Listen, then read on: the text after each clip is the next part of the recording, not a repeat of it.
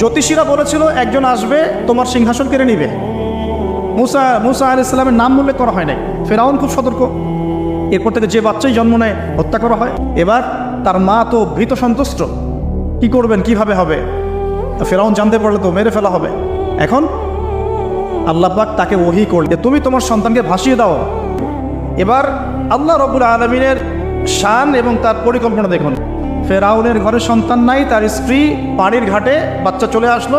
বাচ্চা দেখে সে বলছে মাশাআল্লাহ, এত চমৎকার একটা সন্তান, ফুটফুটে বাচ্চা। ফেরাউনের কাছে নিয়ে গিয়ে বলছে একে রেখে দেই, লা তাকতুলু, তাকে হত্যা করো না, আসা ইয়ানফাআনা আও নাত্তাখিযাহু ওয়ালাদা, তাকে আমরা রেখে দিই, হয়তো সে উপকারে আসবে, অথবা আমরা তাকে সন্তান হিসেবে গ্রহণ করতে পারি। তো ফেরাউন কিন্তু খুব সতর্ক ছিল, তারপরেও আল্লাহ পাক তারই ঘরে মুসা আলাইহিস সালামকে বড় করলেন, সুবহানাল্লাহ। আর মুসা আলাইহিস সালাম, ফেরাউনের স্ত্রী দুধও পান করছে না।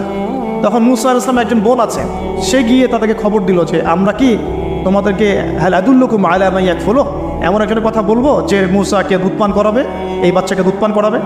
আল্লাহ পাকের কি কৌশল, আল্লাহ পাক ওই মায়ের কোলেই আবার মুসা আলাইহিস সালামকে ফিরিয়ে দিলেন।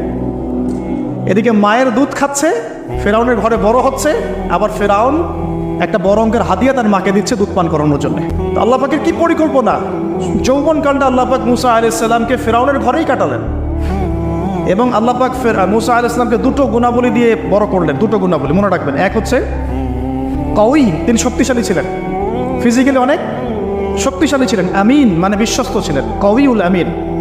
এবার যৌবনে উপনীত হয়েছেন, টকবকা রক্ত, বাইরে বের হয়েছেন। বাইরে বের হয়ে দেখছেন যে দুজন ব্যক্তি লড়াই করছে, ইয়াক্তাতুলান রাজুলান ইয়াক্তাতুলান, দুজন ব্যক্তি মারামারি করছে। একজন মেনশিয়াতি, তার বনু ইসরাইল কওমের মধ্যে, আরেকজন হচ্ছে আদুই, তার শত্রুর মধ্যে।